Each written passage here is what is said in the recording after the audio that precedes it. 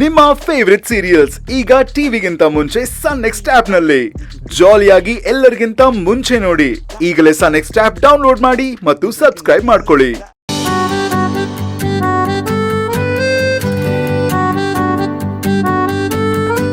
Hello ಅಣ್ಣ. Hello ಅಚ್ಚುಮ್ಮ, ಹೇಗಿದ್ಯಾ ಅಣ್ಣ? ಚೆನ್ನಾಗಿದ್ಯಾ? ಏನಾದ್ರೂ ತಿಂದ್ಯಾ? ನಾನ್ ಚೆನ್ನಾಗಿದ್ದೀನಿ ಕಂದ. ಇನ್ನೂ ತಿಂಡಿ ತಿಂದಿಲ್ಲ. ಅಡಿಗೆ ಮನೆಯಿಂದ ಏನೋ ಘಮ ಬರ್ತಾ ಇದೆ. ನಿಮ್ಮ ಅತ್ತಿಗೆ ಒಂದ್ ಲೋಟ ಕಾಫಿ ಕೇಳಿದ್ದೀನಿ ನಾನು. ಅದೇನ್ ಮಾಡಿದೋಳ ಏನೋ ಗೊತ್ತಿಲ್ಲ ಕಣಮ್ಮ. ಇಷ್ಟೊತ್ತು ತನಕ ನನಗೆ ಹೊಟ್ಟೆ ಹಶ್ವಿಂದು ಜ್ಞಾನನೇ ಇರಲಿಲ್ಲ ಕಂದ. ನೀನ್ ಕೇಳದ್ಮೇಲೆ ನನಗೆ ಯಾಕೋ ತುಂಬಾ ಹಶ್ವಾಗ್ತಾ ಇದೆ. ಅಣ್ಣ, ನೀನ್ ಅಲ್ಲಿ ಹೋದ್ಮೇಲೆ ತುಂಬಾ ಕಳ್ಳ ಆಗ್ಬಿಟ್ಟಿದ್ಯಾ ಅಲ್ವಾ? ಸರಿ, ನಾನ್ ಫೋನ್ ಮಾಡ್ತೀನಿ ಬಿಡು. ಆಯ್ತು, ಅಣ್ಣಂಗ್ ಹೊಟ್ಟೆ ಹಸ್ವಾಗ್ತಿದೆ, ಬೇಗ ತಿಂಡಿ ಕೊಡಿ ಅದ್ಕೆ ಅಂತ. ಅಮ್ಮ ಅಮ್ಮ ಅಮ್ಮ ಕಂದ, ಅಪ್ಪಿ ತಪ್ಪಿ ಆತರ ಏನಾರ ಮಾತಾಡ್ಬಿಟ್ಯಾ ಕಂದ? ಯಾಕೆ? ಅದ್ಕೆ ಅಂದ್ರೆ ಅಷ್ಟೊಂದು ಭಯನಾ ಅಣ್ಣ ನಿಂಗೆ?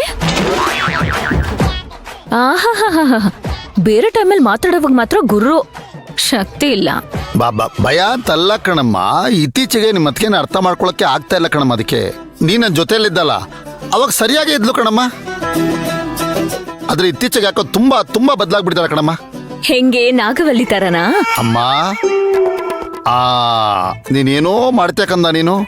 ಆ ಥರದ್ದೆಲ್ಲ ಅಲ್ಲ, ಒಂಥರ ಸಿಕ್ಕಾಪಟ್ಟೆ ಸ್ಟ್ರಿಕ್ಟ್ ಆಫೀಸರ್ ಅಂತಾರಲ್ಲ ಆ ಥರ. ಹಾಗೆ. ಅಮ್ಮ ಅಮ್ಮ, ಒಂದ್ ನಿಮಿಷ. ಏನ್ರಿ, ನನ್ ಬಗ್ಗೆ ಕಂಪ್ಲೇಂಟ್ ಹೇಳ್ತಿದ್ದೀರಾ? ಕಂಪ್ಲೇಂಟ್ ಅಂತಲ್ಲ. ಓ, ಅದ್ಕೆ ಬಂದ್ರು ಅನ್ಸತ್ತೆ. ಅಮ್ಮ ಅಮ್ಮ ಅಮ್ಮ ಅಮ್ಮ, ಅಲ್ಲೇನಾದ್ರೂ ಕೇಳಿಸ್ಕೊಂಡಿದ್ರೆ ಮುಗೀತು ಕತೆ. ಕ್ಲಾಸ್ ಸ್ಟಾರ್ಟ್ ಆಗತ್ತೆ ಇವಾಗ. ಸರಿ ಕಣಮ್ಮ, ನೀನ್ ಮಾಡೋದೆಲ್ಲ ಮಾಡ್ಬಿಟ್ಟು ಹೇಳ್ದೆ ಏನ್ ಕೊಡಿ, ಇಲ್ಲಿ ನಾನ್ ಮಾತಾಡ್ತೀನಿ. ಕೊಡಿ, ಕೊಡಿ. ನಂಗೆ ಗೊತ್ತು ನೀವು ನನ್ ಬಗ್ಗೆನೇ ಮಾತಾಡ್ತೀರಿ. ಇಲ್ಲ ಸುಮಾ, ನಾನು ನಿನ್ ಬಗ್ಗೆ ಯಾಕೆ ಮಾತಾಡ್ತೀನಿ?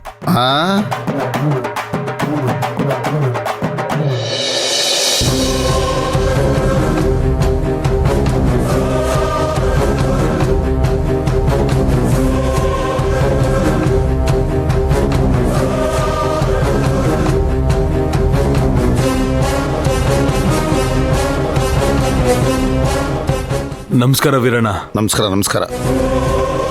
ದಯವಿಟ್ಟು ನಮ್ಮನ್ನ ಕ್ಷಮಿಸ್ಬಿಡಿ. ಕ್ಷಮಿಸೋ ಅಷ್ಟು ದೊಡ್ಡವ್ರು ನಾವಲ್ಲ.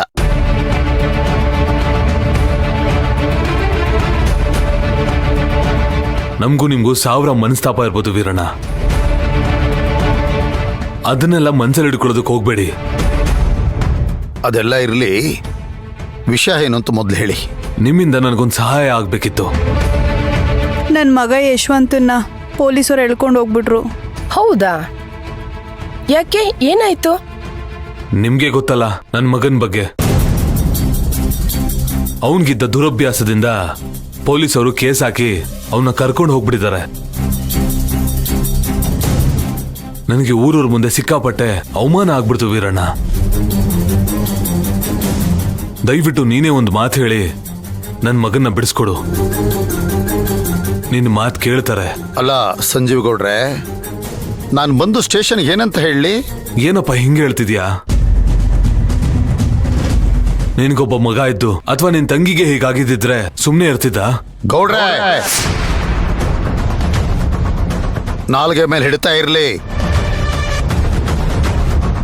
ಬಾಯಿಗೆ ಬಂದಂಗೆಲ್ಲ ಮಾತಾಡಬೇಡಿ. ನಿಮ್ ಈ ಬುದ್ಧಿನೇ ನನಗಿಷ್ಟ ಆಗೋದಿಲ್ಲ. ಯಾರನ್ನ ಯಾರ ಜೊತೆಲಿ ಹೋಲಿಕೆ ಮಾಡ್ತಾ ಇದ್ದೀರಿ? ನನ್ನ ತಂಗಿ ಯಾರು ಅಂತ ಗೊತ್ತಾ? ಆಕಾಶದಲ್ಲಿರೋ ನಕ್ಷತ್ರ.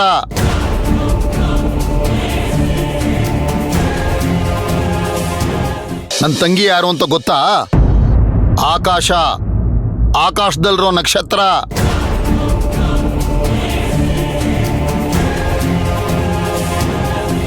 ಅಲ್ಲ, ನನ್ನ ತಂಗಿನೂ ನಿನ್ನ ಮಗನೂ ಒಂದೇನಾ? ತಂದೆ ತಾಯಿಯಾಗಿ ನೀವಿಬ್ರು ನಿಮ್ಮ ಕರ್ತವ್ಯನ ಸರಿಯಾಗಿ ನಿರ್ವಹಿಸಿಲ್ಲ. ಅದರ ಪ್ರತಿಫಲನೇ ಇವತ್ತು ನಿಮ್ಮ ಮಗ ಪೊಲೀಸ್ ಸ್ಟೇಷನ್ ಇರೋದು. ಗಿಡದಲ್ಲೇ ಬಗ್ಗಿಸ್ಬೇಕು ಗೌಡ್ರೆ. ಮರ ಆದ್ಮೇಲೆ ಬಗ್ಗಿಸ್ತೀನಿ ಅಂತ ನೀವು ಪ್ರಯತ್ನ ಪಡ್ತಾ ಇರೋದು ತಪ್ಪು. ಪ್ರಯತ್ನ ಎಲ್ಲಿ ಪಡ್ತಾ ಇದ್ದೀರಿ? ಪ್ರಯತ್ನನೇ ಪಡ್ತಾ ಇಲ್ವಲ್ಲ. ಇಂಥದ್ದೆಲ್ಲ ಮಾತಾಡೋ ಟೈಮ್ ಅಲ್ಲ ವೀರಣ್ಣ. ನೀನ್ ಬಂದ್ ಹೇಳಿದ್ರೆ ಪೊಲೀಸರು ಖಂಡಿತ ಬಿಡ್ತಾರೆ ನನ್ನ ಮಗನ್ನ.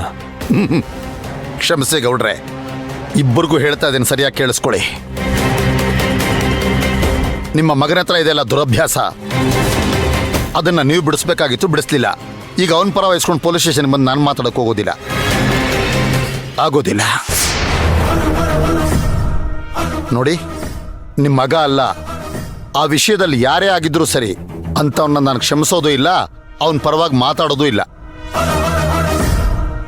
ಈ ವಿಷಯಕ್ಕೆ ದಯವಿಟ್ಟು ನನ್ನಿಂದ ಸಹಾಯನ ಎದುರು ನೋಡಬೇಡಿ, ನಾನು ಮಾಡೋದು ಇಲ್ಲ. ಹಾಗೆಲ್ಲ ಹೇಳ್ಬಿಡ ವೀರಣ್ಣ. ದಯವಿಟ್ಟು ನನ್ನ ಮಗನ ಇದೊಂದ್ಸರಿ ಕ್ಷಮಿಸಿ ಬಿಡಿಸ್ಕೊಡು ವೀರಣ್ಣ. ನಿನ್ ಮಾತನ್ನ ಪೊಲೀಸ್ ಅವ್ರು ಕೇಳ್ತಾರೆ. ಪೊಲೀಸ್ ಅವರು ಅವನ್ಗೆ ಯಾವುದೇ ಕೇಸ್ ಹಾಕ್ತೆ ಒಂದ್ ಎಚ್ಚರಿಕೆ ಅಂತ ಕೊಟ್ಟು ಕಳಿಸ್ಬಿಟ್ರೆ ಅಷ್ಟೇ ಸಾಕು. ಈಗಲೂ ನೋಡಿದ್ರಾ, ಅವನು ಬದಲಾಗ್ಲಿ, ತಿದ್ಕೊಂಡು ಒಳ್ಳೆಯವನಾಗ್ಲಿ ಅಂತ ನೀವು ಬಯಸ್ತಾ ಇಲ್ಲ.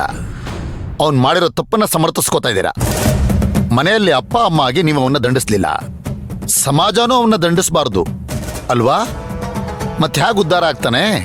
ರೀ, ಪಾಪ ಅವ್ರು ಅಷ್ಟೊಂದು ಕೇಳ್ಕೊಳ್ತಾ ಇದ್ದಾರೆ, ಒಂದ್ ಮಾತ್ ನೀವು ಸಹಾಯ ಮಾಡಬಾರ್ದಾ? ಇಲ್ಲ ಸುಮತಿ, ಅವನು ಮಾಡಿರೋ ತಪ್ಪು, ಆ ತಪ್ಪಿಗೆ ಅವನು ಜೈಲ್ಗೆ ಹೋಗಿ ಬರಲಿ. ತಿದ್ಕೊಳ್ಳೋಕ್ಕೆ ಆ ಭಗವಂತ ಅವಕಾಶ ಮಾಡಿಕೊಟ್ಟಿದ್ದಾನೆ. ಅಲ್ಲಾದ್ರೂ ತಿದ್ಕೊಂಡ್ರೆ ಸರಿ, ಇಲ್ಲಾಂದ್ರೆ ನಾವೇನು ಮಾಡೋಕ್ಕಾಗಲ್ಲ.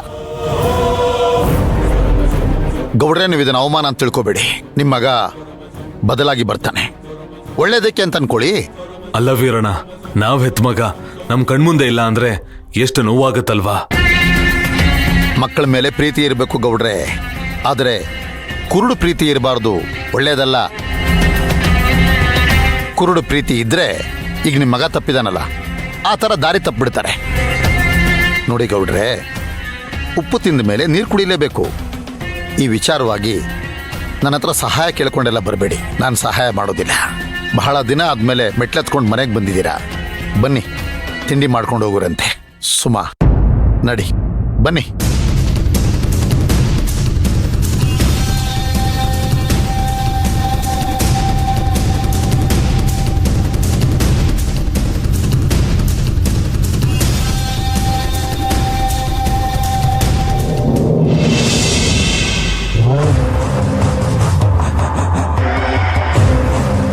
ಸುಶಾಂತ್, ನಾನು ಈಗಲೂ ಹೇಳ್ತಾ ಇದ್ದೀನಿ, ಇದು ಬೇಡದೇ ಇರೋ ಓವರ್ ಆಕ್ಟಿಂಗ್ ಥರ ಇದೆ. ಈ ನ್ಯೂಸ್ ಬಂದಿರೋದೇ ಇವತ್ತು. ನಾವು ಇವಾಗಲೇ ಹೋಗಿ ಕುಂಬಳಕಾಯಿ ಕಳ್ಳ ಅಂದರೆ ಹೆಗ್ಲು ಮುಟ್ಕೊಂಡು ನೋಡಿದ್ರು ಅನ್ನೋ ಥರ ಎಂಕ್ವೈರಿ ಆಫೀಸರ್ ಮುಂದೆ ನಿಂತ್ಕೊಳ್ಳೋ ಅವಶ್ಯಕತೆ ಇದೆಯಾ? ನಾವು ಸೈಲೆಂಟ್ ಆಗಿದ್ದು ಅಬ್ಸರ್ವ್ ಮಾಡೋಣ. ಎಲ್ರಿಗೂ ನೋಟಿಸ್ ಕಳಿಸಿರೋ ಹಾಗೆ ನಮಗೂ ಕಳಿಸ್ಲಿ. ತಪ್ಪು ಮಾಡಿದ್ರೆ ನಾವು ಹೋಗೋಣ, ನಿಂತ್ಕೊಳ್ಳೋಣ, ಕ್ಲಾರಿಟಿ ಕೊಡೋಣ. ಅದನ್ ಬಿಟ್ಟು ನಾವೇ ಯಾಕ್ರೆ ಹೋಗ್ಬೇಕು? ನಾವೇ ಮುಂದೆ ಹೋದ್ರೆ ಏನಾಗುತ್ತೆ ಹೇಳಿ?